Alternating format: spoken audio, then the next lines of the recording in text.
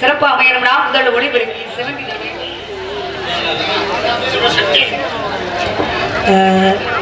சிவசக்தி சிவசக்தி ஒளிபெருக்கி அண்ணாவிற்கு ரொம்ப நன்றி கண்ட வணக்கம் வணக்கம் வணக்கம். இரண்டாவது பக்கமேளம். மூன்றாவது ஒரு நடிகருக்கு முகபாக்கும் கண்ணாடியாருன்னா ரசிக பெருமக்கள் நீங்க தான்.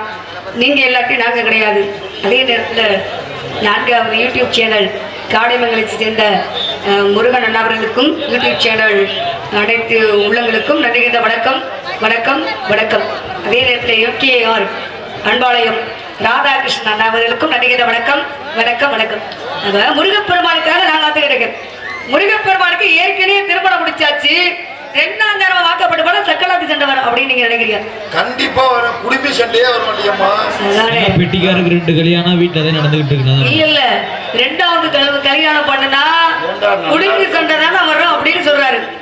அப்ப இப்ப கோவப்படுறாரோ என்ன காரணம்னா எங்க வருவாங்க கல்யாணம் ஒரு கல்யாணம் தானே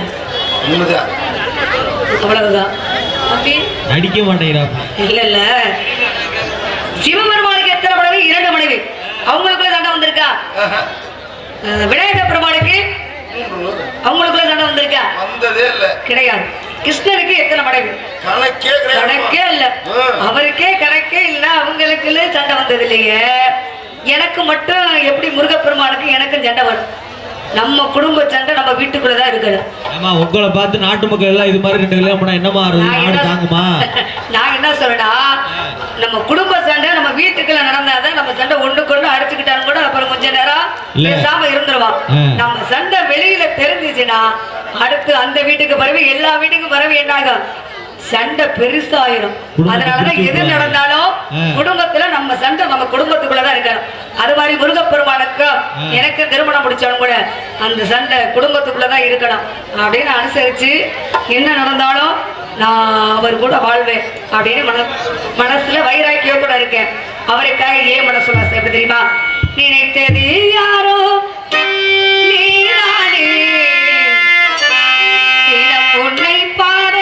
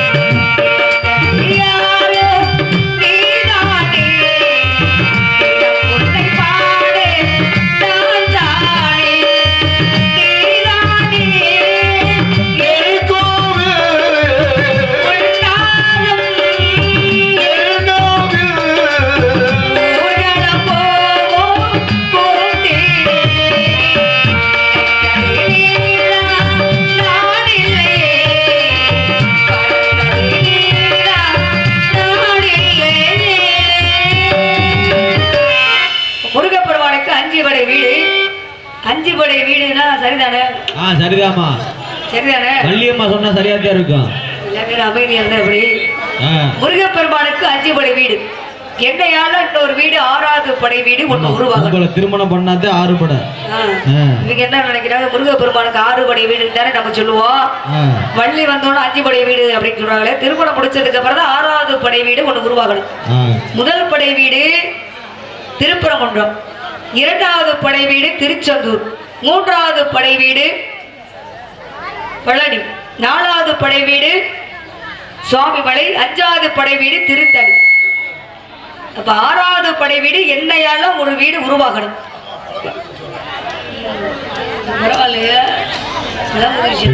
சும்மாவா படிச்சிருக்காப்ல, நிறைய படிச்சிருக்காப்ல, வீட்டுல புத்தகமா வாங்கி வச்சிருக்காப்ல. வள்ளியம்மா உங்களை மாதிரி நான் எம்ஏ எல்லாம் படிக்கிறேன், 8ஆம் கிளாஸ் ஃபெயில். நாதாங்க இங்க பத்தியா என்ன வேலை பார்க்க நடக்குது. முருகப்பெருமானுக்கு அந்த காலத்துல வந்து திருமணம் எப்படி படிச்சாங்கன்னா, இளவட்ட கல்ல தூக்குனாதான் பொண்ணு கொடுத்து திருமணம் முடிச்சாங்க. ஆமா, இளவட்ட கல்ல தூக்கிவீங்களா தம்பி? அது அந்த காலத்துல அப்பெல்லாம் அந்த மாதிரி இல்ல. இளவட்ட கல்ல தூக்க முடியுமா? நாங்க அதை பால் தொட்டு கொண்டு வந்துருவோம். மறுபடியும் நீங்க செல்லுல பாத்திருக்கீங்க இளவட்ட கல்ல தூக்குவீங்களா? பாக்குறதோட சரி. ஆனா இந்த காலத்துல இளவட்ட கல்ல தூக்குனாதான் பொண்ணு கொடுப்போம்னா எத்தனை பேருக்கு கல்யாணம் நடக்கும்? ஒரு 100க்கு 10 பேருக்கு தான் நடக்கும். ஆனா தமிழ்நாட்டுக்கு முக்கிய முதுகெலும்பே விவசாயம் தான். விவசாயம் வந்து தமிழ்நாட்டு ஆண்மகன் வந்து சாகர வரைக்குமே வீரமாத்தான் இருப்பாங்களா. ஆமா, அது தமிழ் மண்ணோட ஒரு வீர வாக்கு. 2வது வந்து ஜல்லிக்கட்டு காலை அடக்கி ஓடு எங்க வீரத்தை காமிப்போம். அப்ப முருகப்பெருமானை நான் கல்யாணம் பண்ணிக்கிறோம்னா காளையத்தான் அடக்க சொல்லுவோமா? யாரம்மா? முருகப்பெருமான. இல்லாட்டினா இளவட்ட கல்லத்தான் தூக்க சொல்லுவோமா?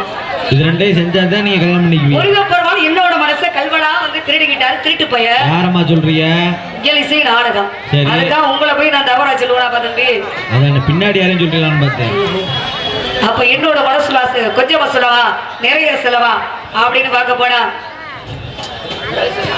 என்னோட மனச கல்வனா வந்து திருடிக்கிட்டாரு. புதுசு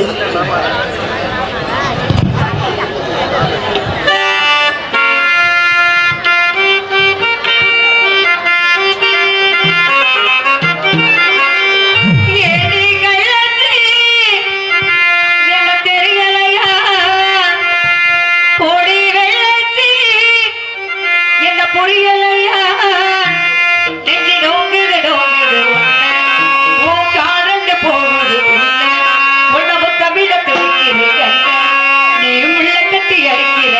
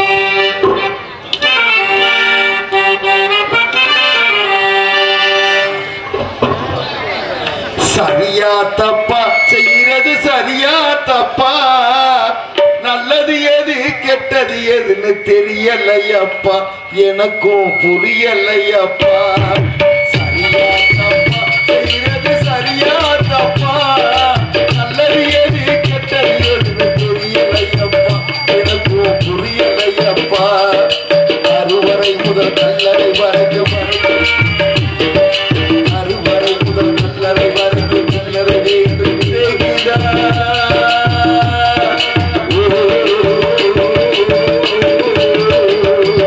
அறுவரை முதல் கல்லறை வரைக்கும் கல்லறை வேண்டும் கடவுளை கூட பார்க்கணும் காது வேண்டும் சரியா தப்பா செய்கிறது சரியா தப்பா நல்லது எது கெட்டது எது தெரியலையப்பா எனக்கும் புரியலையப்பா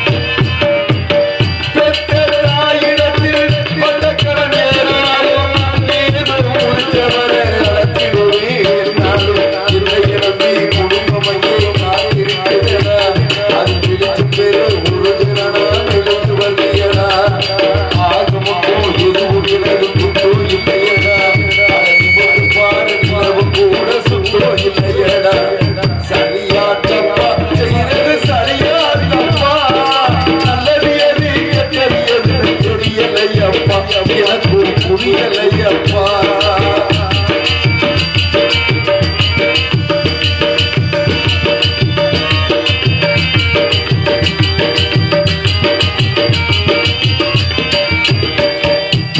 குடிக்கும் வேலையெல்லாம் மனசாட்சி முடிக்குதடா கூட சொல்லிக்கிட்டு மனுஷனடா படிக்குதடா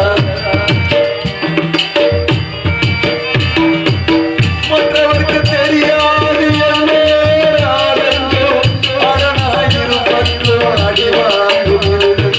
அப்படியாக இப்படியாக சொல்ல முடியல அதை சொல்லி நாம எனக்குள்ளார வெல்ல முடியல என்ன பத்தி முறையில்லை கேட்டு பார்த்தேன்னா நீ அவனை கடமையை செய் என்று சொன்னாங்க சரியா தப்பா செய்யறது சரியா தப்பா நல்லது எது கெட்டது எது தெரியலையப்பா எனக்கும் புரியலையப்பா அறுவரை முதல் கல்லறை வரைக்கும் கல்லறை வேண்டும்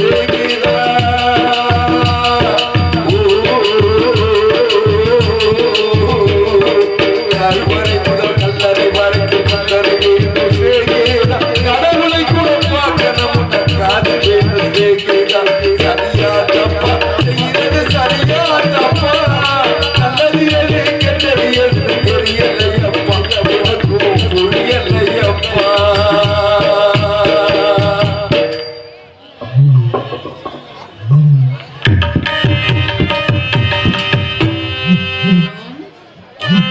மாமா நாங்களாம் எங்க தெரியுமா போறோம் எங்க போறீங்க நாங்களாம்